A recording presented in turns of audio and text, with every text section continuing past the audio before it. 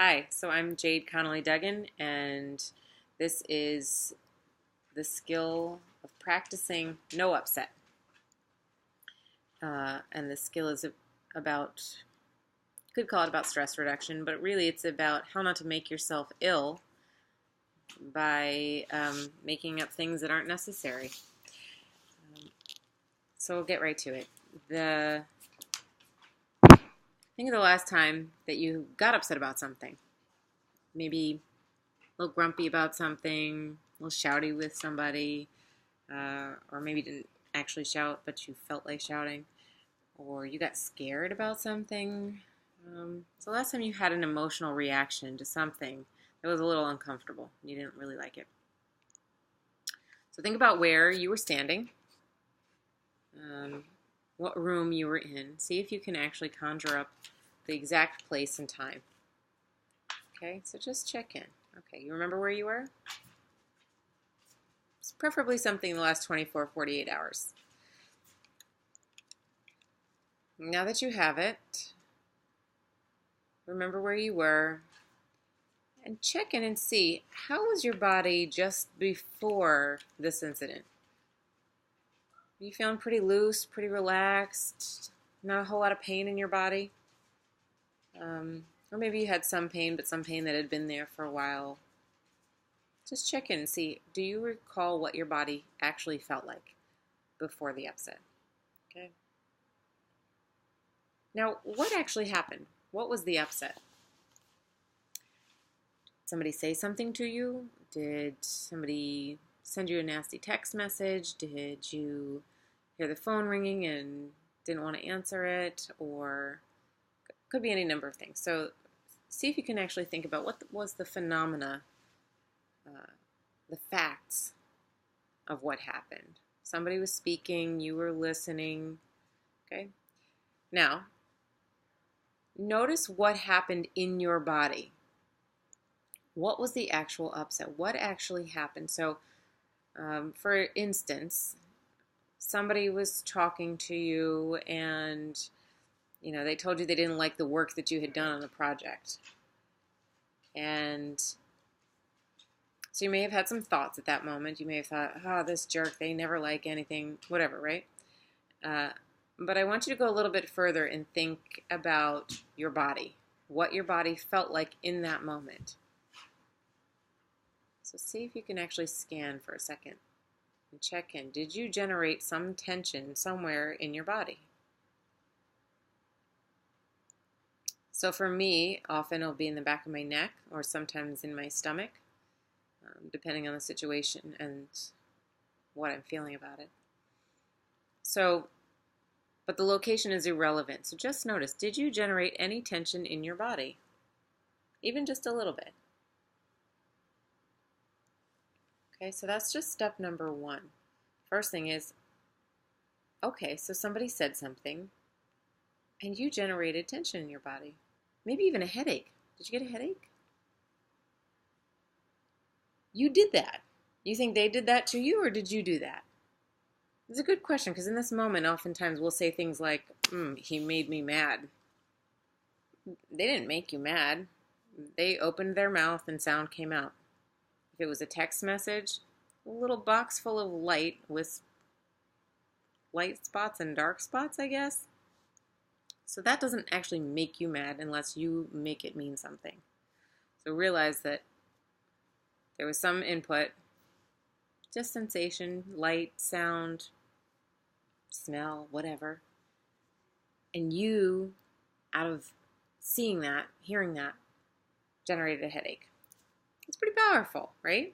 Drugged yourself by whatever you saw, whatever you heard. So you could go take an Advil.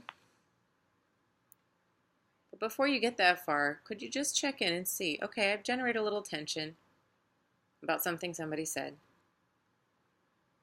Does it change the situation? Is it going to change the way I respond to this person? Is it going to change the way they are speaking to me? Is it going to change anything about the actual situation? What if it's a real situation? You've got a flat tire on the side of the road. Is you getting a headache about it going to help that situation? Guaranteed not. So even if you have to say something back to the person who's speaking to you, even if you have to change your flat tire, call AAA, whatever it is you have to do next, regardless of what the action is that has to be taken, the tension in your body is not serving.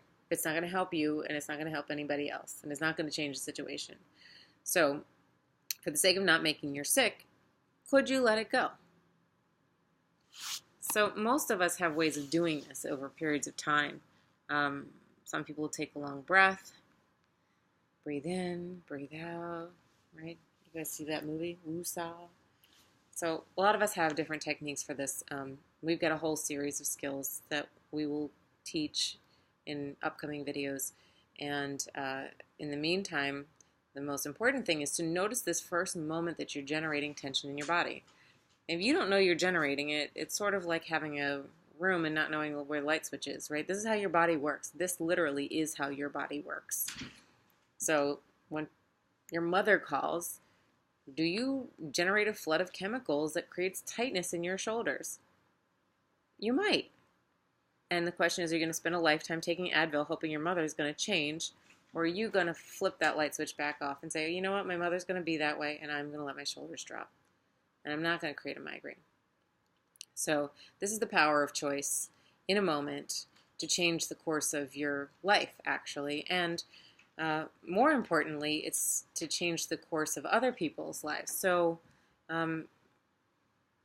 if in the case of a flat tire, you are on your way to work, you get a flat tire, you generate a lot of tension, maybe even a headache, and you're mad, right? I'm mad, I'm late for this meeting, and I've got a flat tire, and so you stay mad. So you could choose to stay mad. You don't have to actually release the tension in your neck. You could choose to stay mad. And then when you get to the office, you are going to be pissed and you're going to go into your meeting. You're already going to be late. You're going to go into the meeting. You're going to interrupt the meeting and you're not going to be fully present because you're still back there being upset about the tire.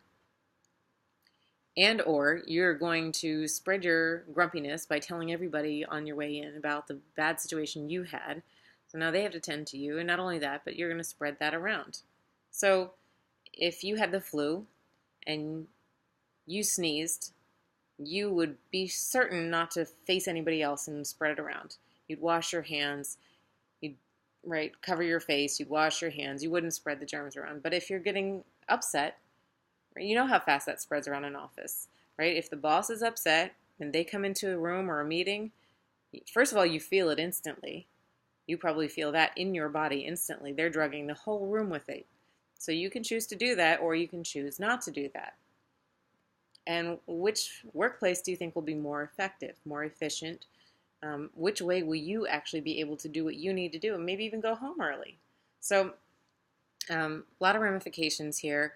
More importantly, if you spread it to somebody who doesn't have the tools of releasing their own tension or navigating their own emotional responses to things, some people actually are violent, right? This is the start of war. This is the start of domestic violence is this in a nutshell, right? You change your tire, you're mad, you go home, you're still mad, your wife does something that you don't like, and you lash out. Or maybe this isn't you, right? This isn't what you do. But you get mad, you go to work, you get everybody else mad because, they have to deal with your crazy, angry self all day. And they go home and they beat their wife. So whose fault is that, right? So each of us have a chance to stop this someplace along the way. So for the sake of my children, I would ask that you stop it right now. And we'll teach some more tricks about how to do that in upcoming lessons.